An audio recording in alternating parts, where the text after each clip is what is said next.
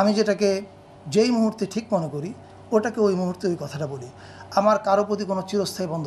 এই যে হাসনাত আব্দুল্লাহকে শিল্পী মাকসুদ ফাঁসি দিয়ে মারার ঘোষণা দিয়েছে, লাইভে ফাঁসি দিবে, জং টুপি পরাবে না, লাইভ প্রকাশ করবে, মোস্তফা সরওয়ার ফারুকী কি কোনো প্রতিবাদ করেছে? সে তো সংস্কৃতি উপদেষ্টা, সংস্কৃতি অঙ্গনের একটি লোক এভাবে হুমকি দিছে আমাদের প্রাণের বিপ্লবীকে। এটা কি ফারুকী দেখেনি? ফারুকী প্রতিবাদ করেছে? করেনি। অর্থাৎ ফারুকী ফান্ডামেন্টালি একজন ফ্যাসিস্ট। আজ 4 দিন হয়ে গেছে, এখনো ফারুকী এই কথা প্রতিবাদ করেনি। এই ফারুকীকে তাড়াতেই হবে। গো ব্যাক ফারুকী, আওয়াজ তুলুন।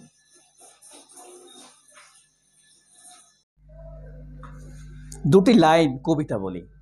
যাদের গলায় ঝুলছে ফাঁসি, পুড়ছে থাকার আস্তানা, শেখ হাসিনা থেকে গেলে তাদের কেউ বাঁচত না।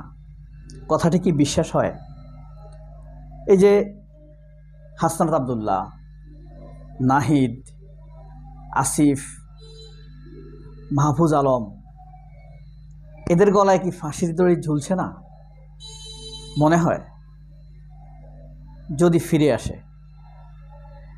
এ কারণেই আমি লিখেছিলাম, যাদের গলায় ঝুলছে ফাঁসি, পুড়ছে থাকার আস্তানা, শেখ হাসিনা থেকে গেলে তাদের কেউ বাঁচত না।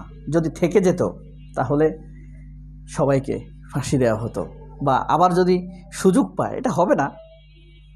এই যে দেখুন হাসনাত আব্দুল্লাহ, হাসনাত আব্দুল্লাহর ব্যাপারটা কেন আনলাম বলছি।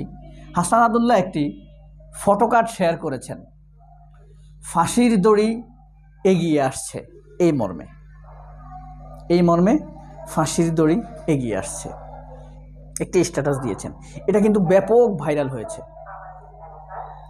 এরপরে অনেকে অনেক রকম মন্তব্য করেছেন এটি নিয়ে। এই যে দেখতে পাচ্ছেন, হাসনাত এই স্ট্যাটাসটি দিয়েছিলেন। রাজনীতিবিদরা হাত মেলাচ্ছে আর বিপ্লবীদের ফাঁসির দড়ি এগিয়ে আসছে। হাসনাত আব্দুল্লাহ এই স্ট্যাটাসটি পরেই এই মাকসুদ, খুব নাম করা ব্যান্ড সঙ্গীত মাকসুদ, আপনারা নিশ্চয়ই চিনেন, তিনি একটি পাল্টা স্ট্যাটাস দিয়েছেন।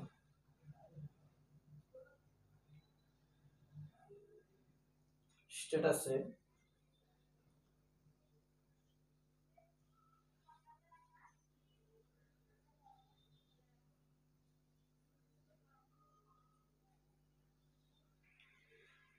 দেখেন, আপনাদেরকে এটা পড়ে শোনাই। হাসনাতকে উদ্দেশ্য করে মাকসুদের পোস্ট, নেটিজেনদের সমালোচনা। বৈষম্য বিরোধী ছাত্র আন্দোলনের সমন্বয়ক হাসনাত আব্দুল্লাহকে নিয়ে স্ট্যাটাস দিয়ে সামাজিক যোগাযোগ মাধ্যমে আলোচনায় ফিডব্যাক ব্যান্ডের ভোকালিস্ট মাকসুদ এক ম্যাক, মানে সংক্ষেপে ম্যাক বলে, তার এই পোস্টের পর নেটিজেনরা তীব্র সমালোচনা করেছেন। বিপ্লবীদের ফাঁসির দড়ি এগিয়ে আসছে, হাসনাত এমন শিরোনামে একটি সংবাদ ফটোকার্ড শেয়ার করে একটি পোস্ট দিয়েছিলেন মাকসুদ। ক্যাপশনে তিনি লেখেন, পূর্বাভাস দরাজকে জিহাদি ভাই, মানে ইয়ার কি করছে, সে বলতেছে, ক্যাপশনে তিনি লেখেন, মানে মাকসুদ ক্যাপশনে লিখেছে, ডরাস কেন জিহাদি ভাই,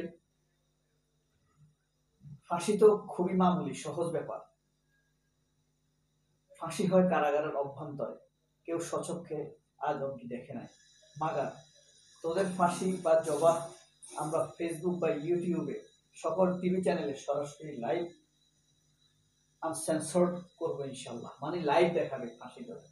কি হিংস্র নোংরা হতে পারে! এ কিন্তু খালেদ মহিউদ্দিনের অত্যন্ত ঘনিষ্ঠ, খুবই ঘনিষ্ঠ। চ্যানেলে সরাসরি লাইভ আনসেন্সর্ড দেখুন। ভালো কথা, জং টুপি পইরা আমাকে মজা নষ্ট করিস না, মানে তোদের চেহারা যাতে দেখতে পারি, এমন ভাবে বলেছেন মাকসুদ। এনকেলাব জিন্দা ভাত, মানে বিকৃত করেছে। আমরা তো জিন্দাবাদ লিখি, জ্বর শিকার নয় দয় সংযুক্ত আকার বয়াকার দ, সে লিখেছে ঝড় শিকার, ঝড় ঝাড়ুর ঝড়। এভাবে সে কি করেছে। এই যে দেখেন, এই হলো মাকসুদ, এই হলো মাকসুদ, এটাই মাকসুদ, ব্যান্ড সঙ্গীতের শিল্পী, মেলায় যায় গান গাইছে। এই হলো তার পোস্ট। পূর্বাভাস আবার পড়ে শোনাই।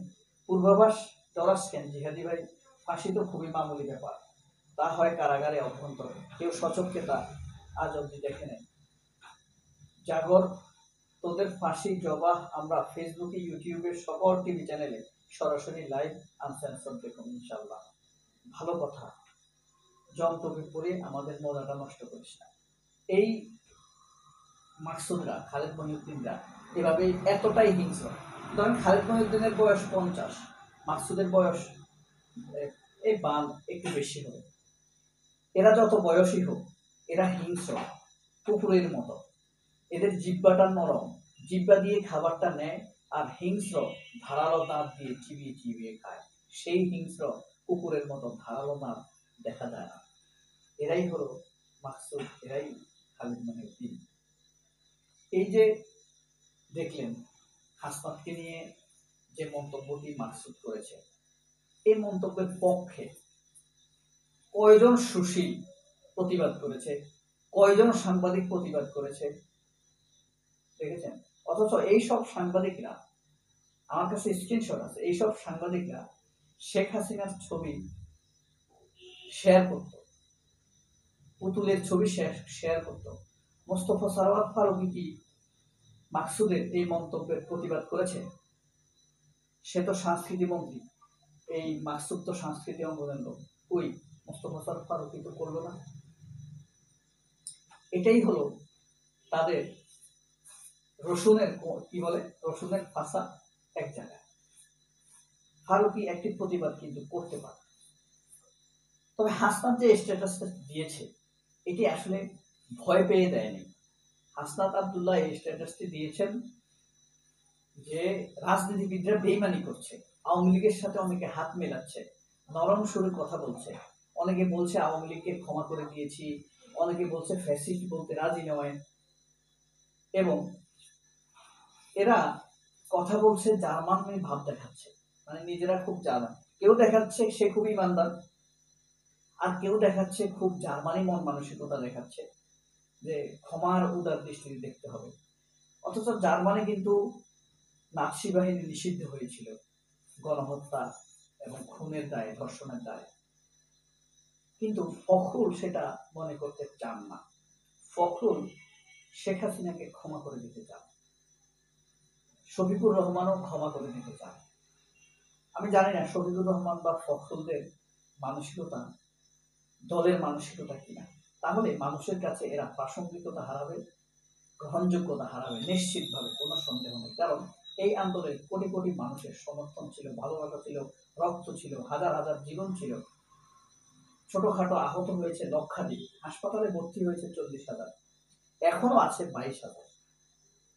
আপনি তাদেরকে অসম্মান করছেন। তাদের, আপনার একটি আল্লাহ রাসুলের একটি স্মৃতিচারণ করি। আসিয়া যখন আল্লাহ রাসুলের চাচা আমির হামজার কলিজা চিবিয়ে খেয়েছে, এমন কাহিনী আল্লাহ রাসুল শুনেছেন, তখন আসিয়া ইসলাম গ্রহণ করার জন্য আল্লাহ রাসুলের কাছে এসেছে। আসিয়াকে আল্লাহ রাসুল স্পষ্ট বলে দিয়েছেন, তুমি হাবশি চলে যাও, আফ্রিকায় চলে যাও, কারণ তোমাকে দেখলে আমার চাচার কথা মনে পড়ে। আর এরা কিভাবে ক্ষমা করে দেয়, মন্তব্য লিখবেন আপনারা। লেফটিস্ট দলের কোনো ভবিষ্যৎ নেই। একটা চট করে একটা প্রশ্ন, সেই স্টুপিডিটির তালিকায় কি শুধু ধর্মের ব্যাপারটাকে যদি আমি একটু আলাদা করে রাখি, আগে কি করছিস 15 বছরের চাহিদা হচ্ছে প্রথম আলোর প্রথম পৃষ্ঠায় আসা, তো আরেকটি দল সমর্থন করার জন্য তাদের বিরুদ্ধে যাতে কোনো মানে ব্যবস্থা না নেওয়া হয় সে ব্যাপারে নিশ্চয়ই আপনারা দেখছেন, মানে ব্যাপারটা